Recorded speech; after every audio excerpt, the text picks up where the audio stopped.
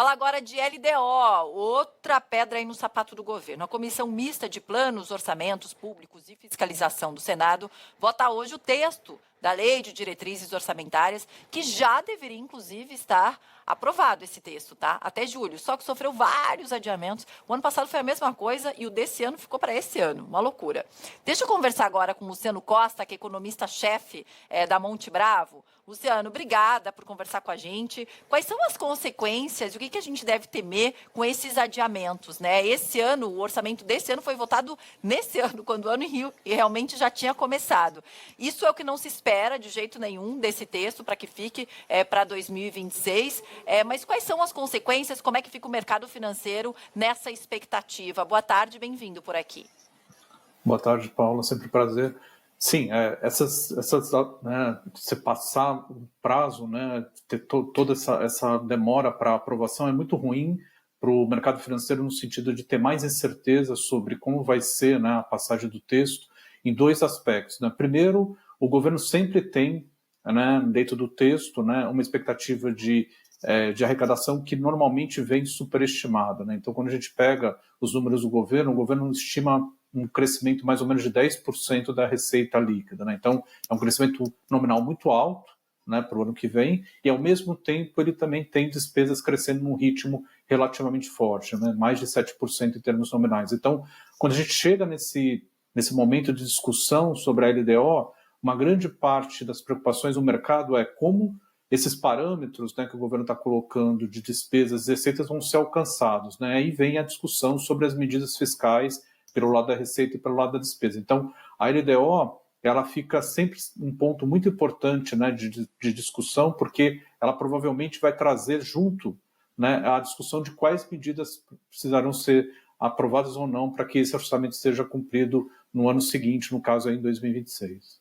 Agora, semana passada a gente conversou aqui no Tarde Band News, inclusive com a ministra Simone Tebet, perguntando a respeito disso. Ela disse que estava um texto muito bem embasado, mas, por exemplo, não contavam com algumas questões que foram acontecendo no meio do caminho, como a própria Caixa Econômica Federal, né, que acaba obrigando ali a um congelamento do orçamento do governo para ministérios. O que mais está em jogo nessa LDO e o que, na visão de vocês, teria que ser o ponto primordial para a aprovação do texto?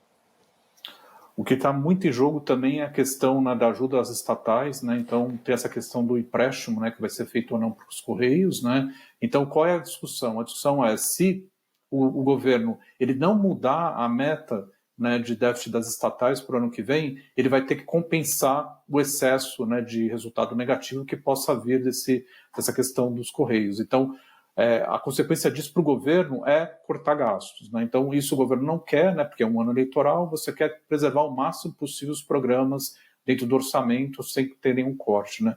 Um outro ponto também importante é a questão das emendas, né? O ano que vem é um ano eleitoral, isso que está nesse momento, né, dificultando o avanço, né, do texto na Comissão Mista de Orçamento, porque os parlamentares querem que o governo crie um cronograma de pagamento das emendas que garanta que até antes das eleições, né, no caso aí o limite para pagamento de emendas é em julho do ano que vem, as emendas tenham sido pagas de um montante relevante. No caso, a regra que está sendo discutida é em torno de 60% a 66% do total das emendas do ano sendo pagas até julho.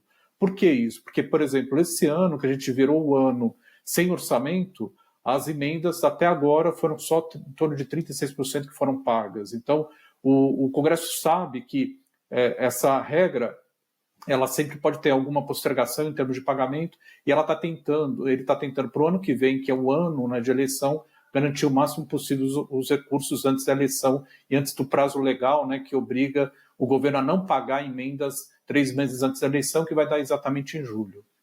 Ou seja, acaba sendo mais uma decisão política se você determina pagar 60% das emendas parlamentares até o meio do ano, até julho, porque aí é permitido no ano eleitoral, mas na sua visão, aí não se estaria priorizando outras questões, principalmente eleições e política, do que realmente o orçamento que seria necessário?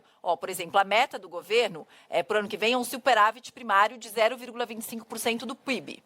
né? São mais ou menos ali 34 bilhões de reais, já descontando os gastos como exceções. Só que o arcabouço fiscal, ele estabelece uma tolerância de 0,25 ponto, né? Para mais ou para menos.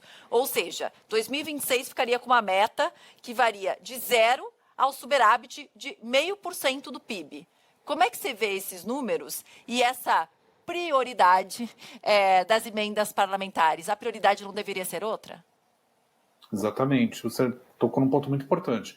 Porque como o governo tem uma expectativa de despesas que, como a gente comentou, é bastante elevado o crescimento delas, e algumas delas podem, inclusive, ainda estar subestimadas, apesar do valor grande, né, no ponto de vista global de aumento de despesas, o que pode acontecer ao longo do ano é a gente tem uma situação no qual o governo está liberando essas emendas, porque tem uma nova regra, né, por causa dessa questão de até não chegar em julho com muitas emendas atrasadas, e nesse meio do caminho você tem que ir contendo, né, via contingenciamento, as despesas que a gente chama de discricionárias, que são as despesas que podem ser sujeitas a contingenciamento. E nesse caso, o governo ter dificuldade, né, de operação da própria máquina, né? Então, a gente pode ter em alguns programas sociais ou algumas despesas como saúde e educação eventualmente sendo postergadas, né, até a metade do ano, para que você não fique muito longe, né, do cumprimento dessa meta que você bem colocou, que é, para o ano que vem, uma meta audaciosa, né? A gente faz muito tempo que não tem superávites primários, e a meta do ano que vem,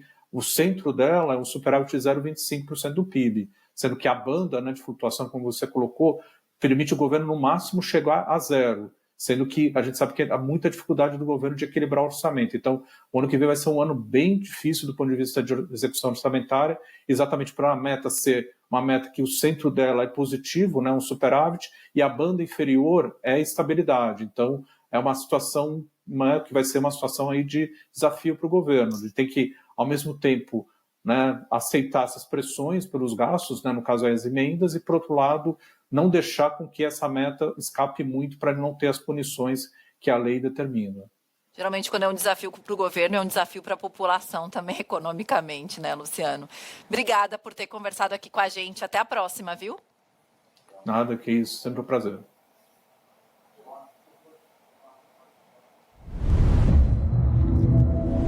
A gente segue falando de economia, mas agora a gente